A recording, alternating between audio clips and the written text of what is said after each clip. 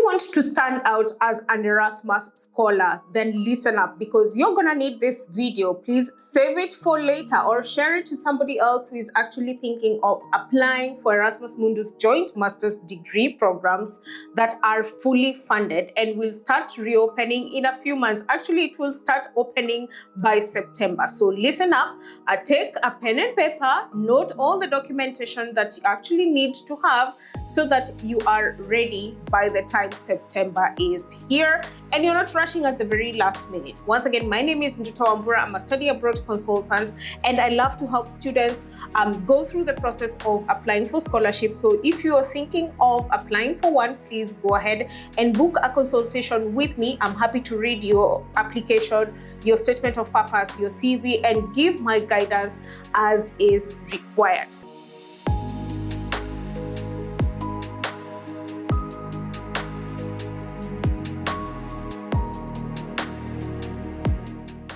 Now, it is very important for you to notice that Erasmus Mundus joint master's programs, one of the things that you really need to take care of is your documentation. And in fact, if your documentation is not in place, then your application, that is a sure way of actually disregarding your application and moving on forward. One thing that you have to realize is that the committee that looks at those applications is human. This is not a bot that looks at these applications. It's important to note that these are human beings that look at your application. The committee sits down and checks pretty much every of the application, and this is how you actually even get feedback in the long run. Now, the first document that you really do need is obviously your passport. So if you do not have an international passport, this is your golden chance to go and apply for one. For some countries, this might be quite the roller coaster and a whirlwind, but for some, it might be really easy. So please check with the immigration of your own country such that you are on time and you're not rushing at the very last minute. One other thing that you also need to have is obviously your residence certificate. Some of the programs might not explicitly ask for this, but it is important to get your residence certificate. I have seen this question quite a lot. How do I get my residence certificate? This is usually through your area chief. And so depending on the country you're coming from, for instance, if you're coming from Kenya, then you would go to the area chief and request for a residence certificate that says that you have been living within that vicinity for X number of years, and it is a very simple document to obtain. It's usually maybe like 200 Kenya shillings, for instance. And if you're living in another different African country, you can go to your local authority and request for the same document. It should be pretty straightforward. And this is one of the other documents that you will need to upload, and you can already get it by now. Because, you know, if you're thinking of applying for scholarships, then this is one of the documents that potentially will be requested for. Another thing that you really need to look out for is if already you have identified the programs that you want to apply for, some of these programs request for an English language test. And they usually stipulate exactly what language test they would require from you. So it is, once again, your golden chance to book an English language test. In most cases, for example, if you're booking it in Kenya, it would be within the British Council, and there are several centers which you can go and do your written exam and book it ahead of time. It costs a little bit, at least around 27 to 30,000 Kenya shillings. So it's important for you to book it ahead of time so that you are not rushing once again at the very last minute and waiting for results and wondering when the results would show up for you to be able to upload them on the platform that you're applying for a scholarship. Another document that is very crucial is obviously your CV and your statement of purpose. In fact, these two documents are the make or break for your scholarship application.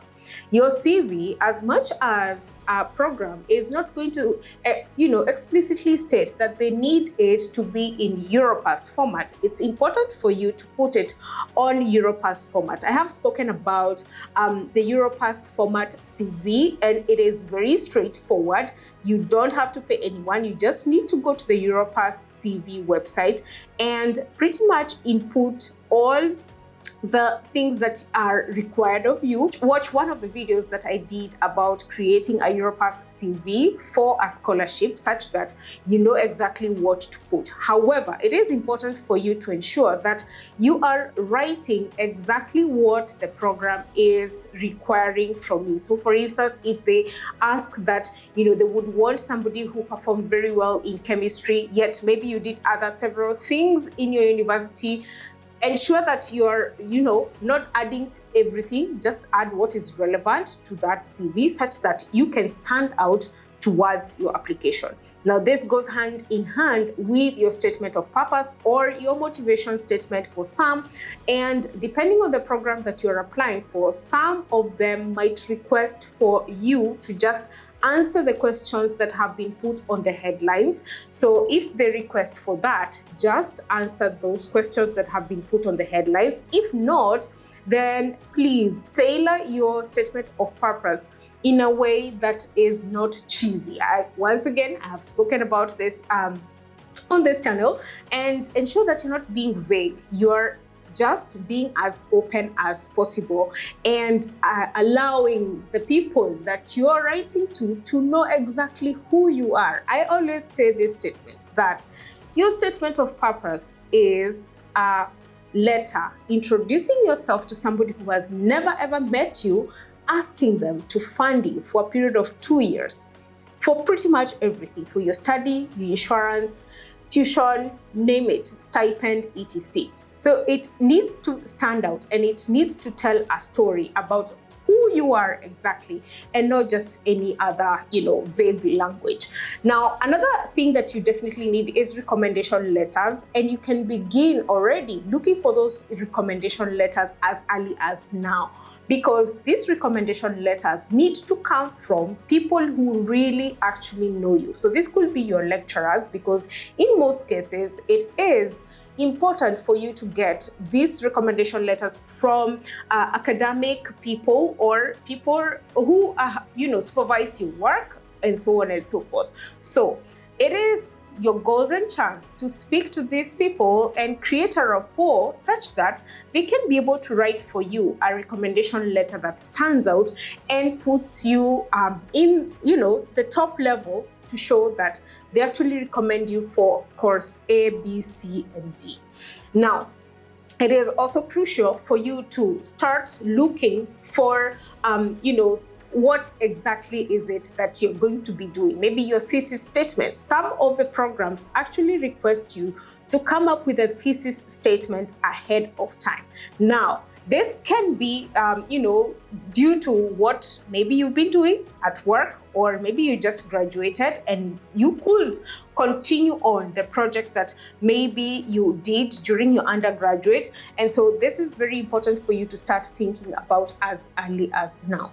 Other generic documentation would be like things like transcripts that come from your university. For some, if you're just about to graduate or you haven't yet received your degree certificate, it would be important for you to go to your academic officer and request for a letter of completion. So this is a letter saying that, hey, I actually graduated.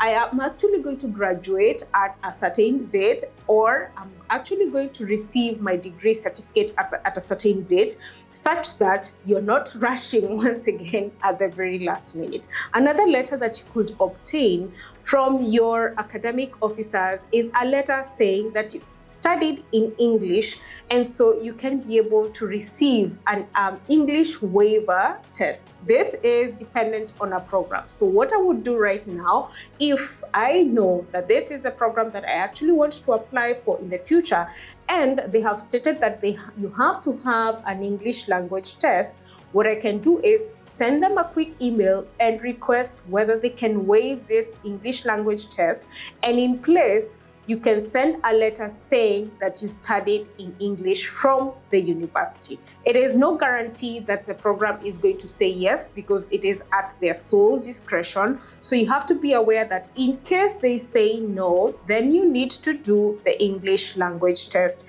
and submit it towards your application. Now, other documentation that you might want to show would be maybe portfolios. For example, there are programs that request for, maybe you're applying for a journalism program, and they would want to see the type of work that you have been doing. So they would want to see your portfolio or what exactly you've been doing out there, some publications and so on and so forth. So it's now time to polish up these kind of things such that, once again, you're not rushing at the very last minute.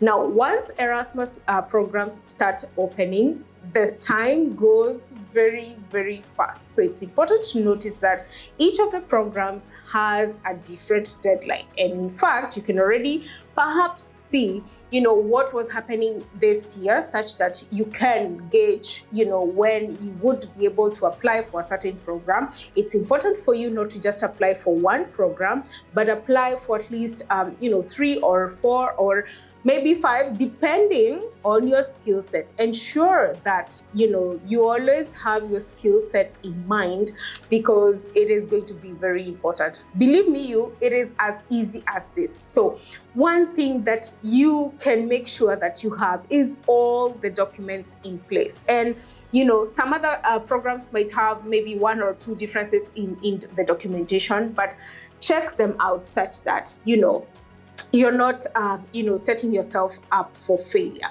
Again, it is a very competitive process. It's no guarantee that you will get the scholarship. You can apply, but make sure that you're doing an application that stands out among everyone else globally. I do hope that this video has helped you. If not, please share it with somebody else who would benefit from it, or somebody who is thinking of applying for Erasmus Mundus Joint Masters programs. And leave any question that you might have down below on this video, and I'll be happy to answer you. And I have quite a lot of videos I have done in this channel about Erasmus, so please go ahead and binge on them so that you are also informed. A lot keeps changing, but as I always say on this channel, read, and read some more. Ask the right questions. And I wish you all the very best as you plan to apply for Erasmus Mundus Joint Masters program come 2025, starting fall of 2025. Until next time, bye.